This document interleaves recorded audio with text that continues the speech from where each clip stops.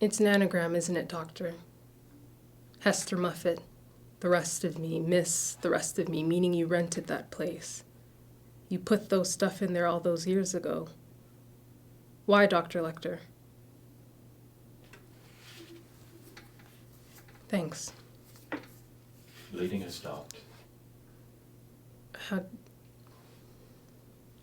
It's nothing, a scratch.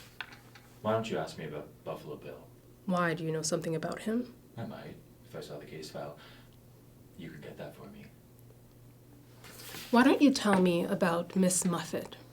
You wanted me to find him, or do I have to wait for the lab? His real name is Benjamin Raspail, a former patient of mine whose romantic attachments ran to, shall we say, the exotic. I didn't kill him, merely tucked him away, very much as I found him in that ridiculous car in his own garage. After he'd missed 3 appointments, you'd have him under missing person, which, in poor Raspail's case, could hardly be more true. If you didn't kill him, then who did? Who can say? Best thing for him, really. His therapy was going nowhere. Wouldn't it have been easier if you'd left him for the police to find? And have them clomping about in my life? Oh dear, no. At that time, I still had certain private amusements of my own. How did you feel when you saw him, Clarice? May I call you Clarice? Scared. And then exhilarated.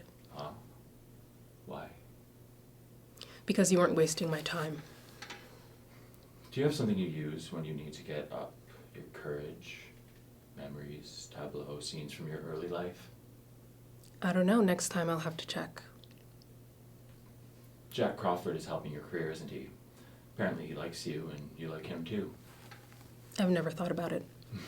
Your first lie to me, Clarice. How sad. Tell me, do you think Crawford wants you sexually?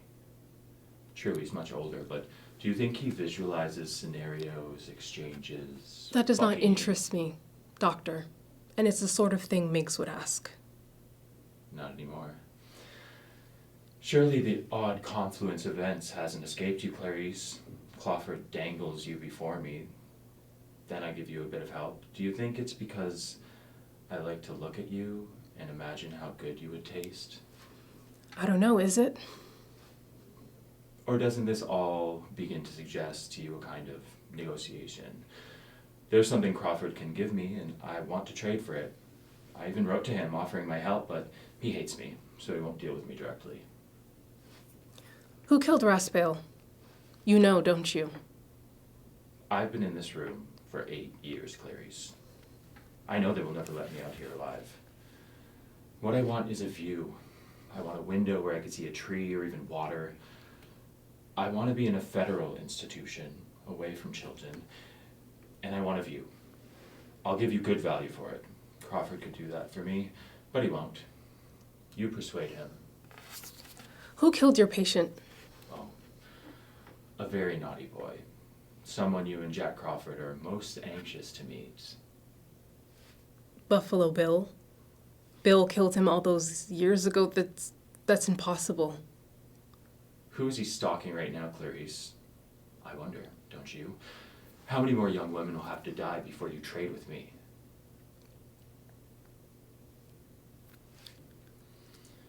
Wouldn't you say, Clarice, that for a United States Senator, you're an odd choice of messenger?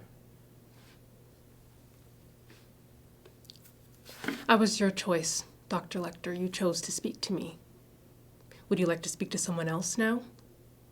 Or perhaps you don't think you can help us? That is both impudent and untrue. Tell me, how did you feel when you first viewed Buffalo's latest effort? Or should I say his next latest? By the book. He's a sadist. Life's too slippery for books, Clarice. Typhoid and swans came from the same god. Tell me, Miss West Virginia, was she a large girl? Yes. Big through the hips? Roomy? They all were. And what else? She had a bug deliberately inserted into her throat. This hasn't been made public yet. We don't know what it means. Was it a butterfly? A moth. How did you predict that? I'm waiting for your offer, Clarice. Enchant me. If you help us find Buffalo Bill in time to save Catherine Martin, the senator promises you a transfer to the VA hospital in Oneida Park, New York, with a view of the woods nearby. Maximum security still applies, but you'd have reasonable access to books. Best of all, though, you can leave the hospital once a week. And go here, Plum Island. Every afternoon of that week, you can take a walk on the beach or go swim in the ocean for up to an hour. Under SWAT team surveillance, of course. Copy of Buffalo Bill's case file, copy of the senator's terms. Her offer is final and non-negotiable. If Catherine dies, you get nothing. Plum Island Animal Disease Research Center. Sounds charming. That's just part of the island. It's very nice. Interns there. Turns. If I help you, Clarice, it will be turns with us too. Quid pro quo. I tell you things, you tell me things. Not about this case, though. About yourself. Yes or no? Yes or no, Clarice? Catherine is waiting. Tick-tock, tick-tock. Go, doctor. What's your worst memory of childhood?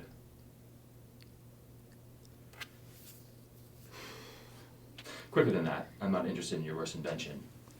The death of my father. Tell me. Don't lie, or I'll know.